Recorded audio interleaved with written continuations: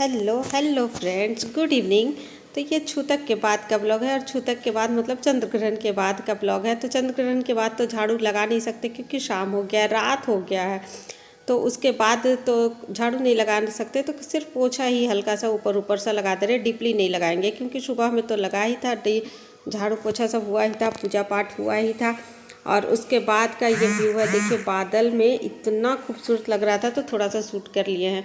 और दिवाली के बाद में जो बचा हुआ पटाखा था सारा आज फोड़ ही लेगी। हेलो फ्रेंड्स, तो ग्रहण खत्म हो गया है और अब लगा रहे हैं पोछा। झाड़ू तो लगा नहीं सकते हैं क्योंकि झाड़ू नहीं लगा सकते हैं, बहुत ज़्यादा शाम हो गया, अंधेरा अंधेरा, चारों तरफ दरवाजे बंद कर दे, बहुत मच्छर आ जाता है अंदर, इसीलिए तो सिर्फ पोछा ही लगा दे रहे हैं।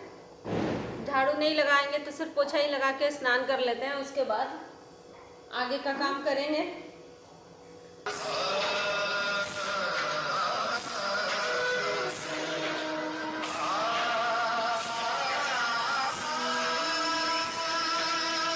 और निमी को पकड़ा दिए हैं मॉप, क्योंकि उसको बोल दिए कि जाके हॉल में लगा लो, और हम इधर रूम सब में हल्का हल्का ऊपर ऊपर सा लगा ले रहे हैं क्योंकि अब स्नान भी करना होगा। और स्नान भी करना होगा तो बाल को भिगोना होगा, लेकिन अभी रात है तो रात में कैसे भिगाएंगे बाल, तो उसके लिए भी कुछ कर लेंगे, हो जाएगा, उसके लिए भी जुगाड़ लगा ही लेंगे।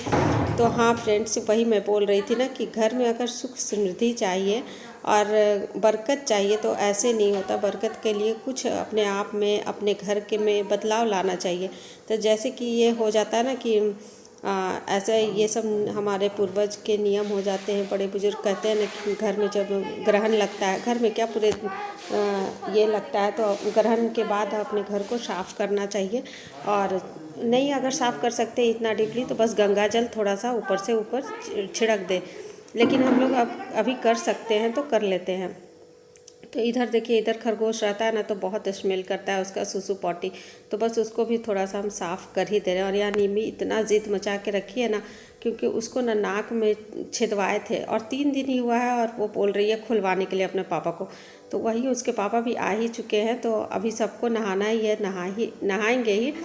तो बस इसीलिए उसको हम डांट के भगाएं कि यहाँ से जाओ। छोड़ो ना, बच्चा नहीं घुसेगा, उसमें जाली लगा हुआ है, तो हटो।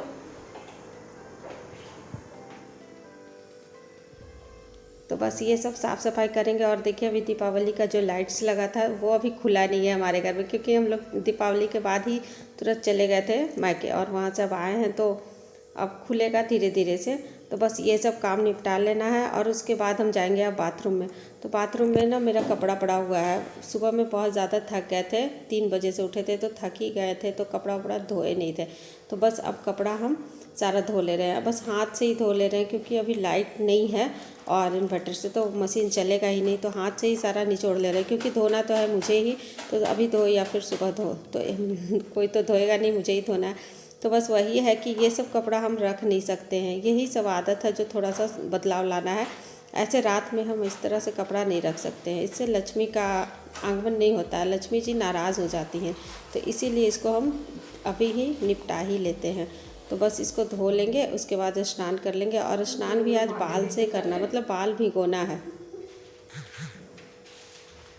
और यहाँ दरवाजे में ना छिपकली दब के मर गया है तो बहुत डर लगता है, तो बस उसको हम इनको बोले थे कि इसको निकाल के पहले फेंकिए, उसके बाद हम बाथरूम में काम करेंगे।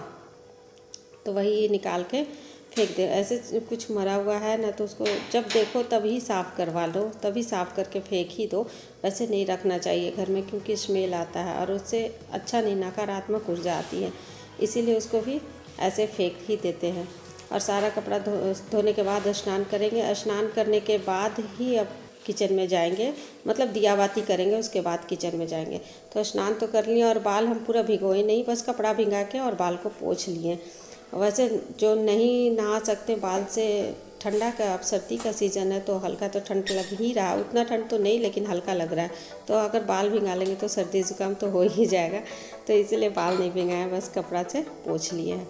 और यहाँ बन रहा है खास लोगों के लिए खास रोटी, क्योंकि सुबह का पूड़ी थोड़ा सा बचा हुआ है तो पूड़ी उन लोग को दे नहीं सकते, तो बस उन लोगों के लिए ही 2-4 रोटियाँ बना दिए हैं।